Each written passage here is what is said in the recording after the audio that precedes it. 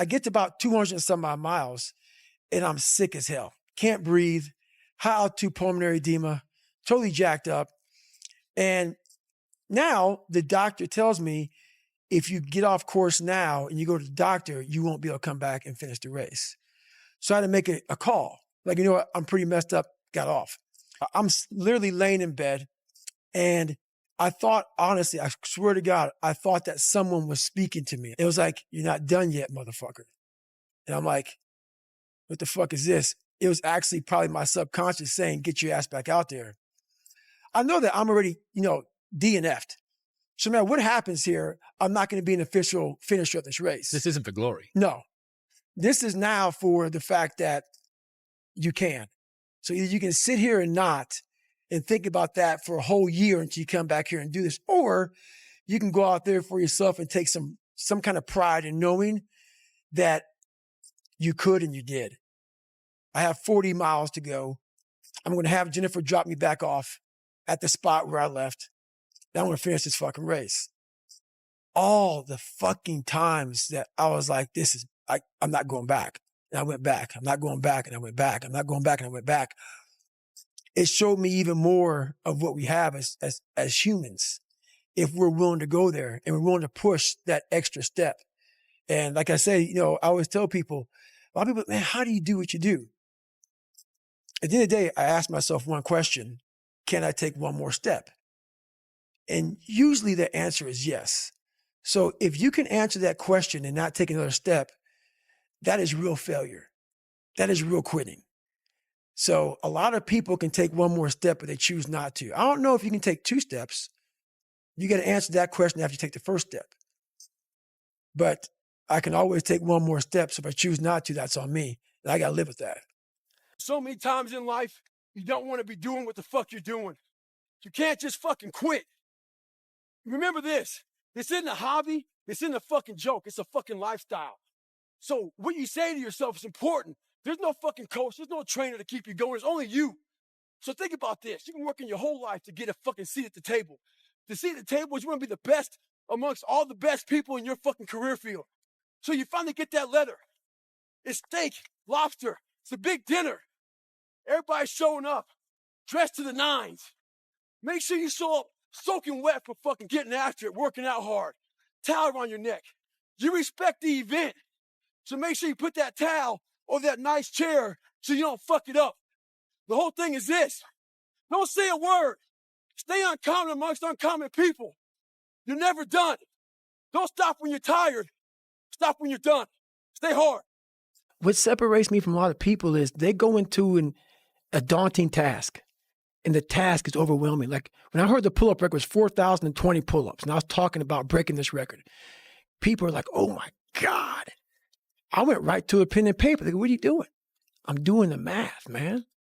What are you talking about? I'm open-minded to the fact that, okay, if I do 5 pull-ups in a minute for so many hours, I can get so many pull-ups in. How much time do I have to rest? I was breaking the math down. You have to be open-minded to the possibilities that I can do this. Once you shut your mind down to the possibility that it can be achieved, there's no way it can happen. So that's why my eyes and my body light up about things, because I know that if you're in a fight, you have to attack. You have to keep attacking. The enemy has to know he is not going to give up. You must break the soul of whatever the fuck is in front of you. That's what I realized. I was never breaking the soul of anything in front of me. So that's why I came up with this thing called Taking Souls in my book. I started to devise ways to break a soul of a human being, of an object, of whatever's in front of me.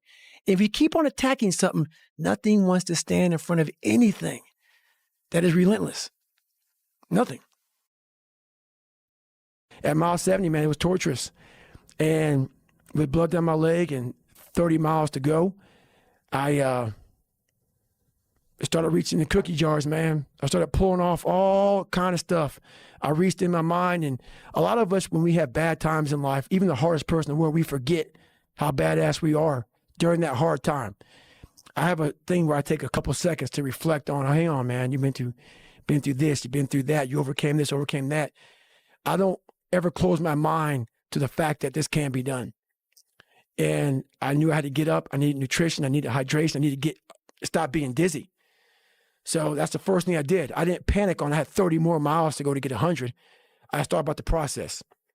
Slowly but surely, I was able to stand up, and I was literally hobbling around this track, just walking, no running at all. I couldn't run. My feet were in the worst pain. This is the worst pain I've been in my entire life.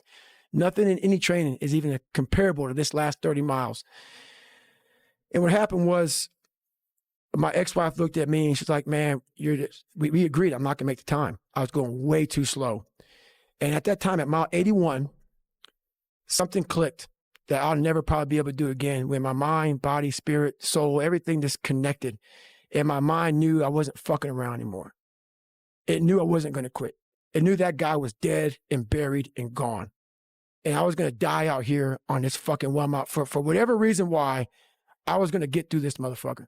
I didn't give a damn. It made there was no fucking crowds. There was no trophy at the end. I wasn't even in a race in my mind. It was nothing.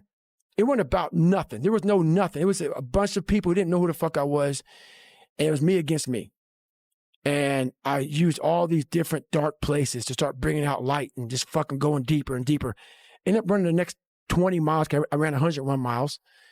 And I ran the next 20 miles, at about a 10:30 pace. And I did 101 miles in 18 hours and 56 minutes. I built Goggins from the ground up. I was born David Goggins. David Goggins wasn't good enough. He was a scared, bullied, abused kid who struggled in life. And that kid, whenever something got tough, no matter how hard I trained, no matter how ready I was, David Goggins, the real David Goggins, would come out and he would quit. So I realized this over a period of time. So I had to build Goggins. And in that process, I have to go back to that mental lab. And that mental lab is at scratch. That mental lab is in that trained humility. And so that's where I get better. I get better when I'm digging holes in the ground, when I'm waking up early knowing I don't have to do these things. That's where I get better. So it's important to stay hungry. It's important to stay hungry, but it's important more to stay humble within that hunger. So while you're hungry, a lot of people are hungry, but humility is everything. I always fix the things on the surface. So if I couldn't read and write, I learned to read and write. I would always fix these things on the surface level. And so whenever something hard would raise its ugly head, I didn't have any kind of tools to handle it. I'm like, man, I thought I fixed this already, man. But no, I didn't go deep into the dungeon of my soul to say, okay, what is making you a quitter? What is making you a weak man? What is making you afraid? And so that's why I kept on quitting and going back to start, or not knowing how to get through hard times. And that's why I always tell people, I'm not a theorist. I didn't study, I didn't study a fucking book. I literally put myself in a fire repeatedly like a sword. You put a sword in the fire repeatedly and repeatedly. If you keep on doing that, you're going to get a nice sword. And then you keep on beating it. You got to beat the shit out of it. And that's what I am. Yeah. I became that. I said, okay, we can't quit. We got to figure out why you are this pussy. Why are you this pussy, man? What is wrong with you? What's going on here? So I kept on putting the sword back in the daggone fire, and I just beat it harder. And I beat it harder. Before I knew it, I started realizing, all right, man, the brain is starting to get hard.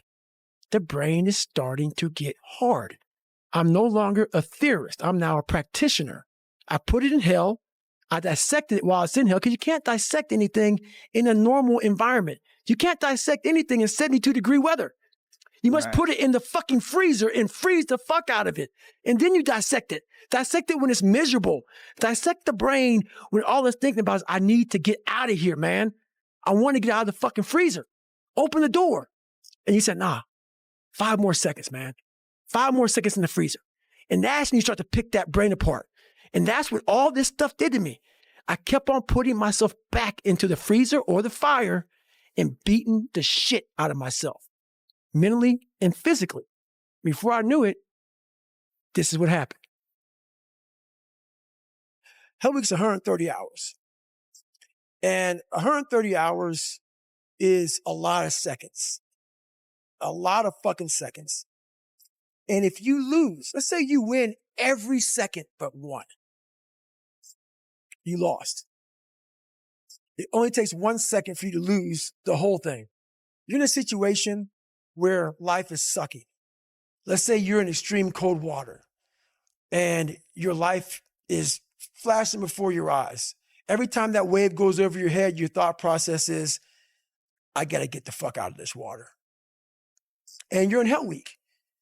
And you're hour 1 of 130 fucking hours. It's all fun and games, okay? Because at the beginning of Hell Week, the guns are going off. It's like a pep rally. So you're fucking hyped up. And your boys are linked arms and you're getting sprayed. And it's like a fucking pep rally. But then what they do is they shut that shit off. They shut it off. All that hoo-yah, all that hype, it gets real quiet. And they march you out to that surf zone for something called surf torture. And it's that water, that Pacific Ocean is cold as shit. So no more pep rally. You're now in your head. You're linked arms with, your brothers beside you. You don't know if they're going to be there long or not. You don't care. You think about yourself. You lay back and that first wave hits you. Your mind goes straight from hour 2 all the way to hour 130. You can't process 5 days of this shit. You're now in a fuck you, like I gotta get out of here. You're in fight or flight. It's cold. I can't be cold this long. And then this is where that 1 second decision comes in. You forgot every reason why you wanted to be there. You don't care about SEALs. You don't care about any of this shit. You don't care about fighting for your country. You don't care about that gaudy gold trident that they put on your chest. You don't care about any of that shit no more. All you want to do is go back home. You want the warmth. You may want something to eat. You want your girl to hold you. All those things of comfort are there in that 1 second. And this is where people lose. So what I do in that 1 second, because we all think about quitting when shit's hard. But what you have to do in that 1 second is hard to process information during pain. Because that pain takes over and you can't think rationally. You're thinking about fight or flight, save yourself. That's not a rational thought. It's not a thought that's going to get you through hard times. Most people fail that 1 second. So what happens, what I do in that 1 second, and there's a bigger process to all this, but in that 1 second, so I physically stay in the water, but mentally, I'm on the fucking beach with the fucking instructors. And the instructors, it's cold outside, so they got these parkas on. They got their cup of fucking Joe, and they're warm because they've already been through it. So now it's your turn to go through it. So mentally, I get back with them. I'm still in the water physically, but mentally, I'm back with them. I'm chilling. I got my parka on, and now I'm thinking logically because I'm warm now. Mentally, I'm warm. I've taken that 1 second. Let's not quit yet, Goggins. Let's fucking think about your options. Where are you going to end up if you quit this shit? Where are you going to go? What are you going to say to yourself? Because you know you're going to get warm. The second you get out of this water, you go take a shower and you could be warm. And in 5 days, you could be out. So I start thinking logically. I calm my brain down because your brain just wants to get the fuck out. Ring the bell, put your helmet down, get warm, and then you're really fucked. And these are the things you have to think about in the 1 second decision. So that's what that's all about. It's about gaining control of your mind, putting things back in the proper perspective, and then saying, I really do want to be here. And I'm going to have a bunch of these 1 seconds through this 130-hour journey. And I have to learn to control these. Because if I fail one of these 1 seconds, I will not be a SEAL. I will not be a doctor. I will not be a lawyer. I will not be whatever the fuck it is. So that's how important that 1 second decision is. It's all about your mind takes control of you. You have to say, fuck you. I run this motherfucker. And that's what that's all about.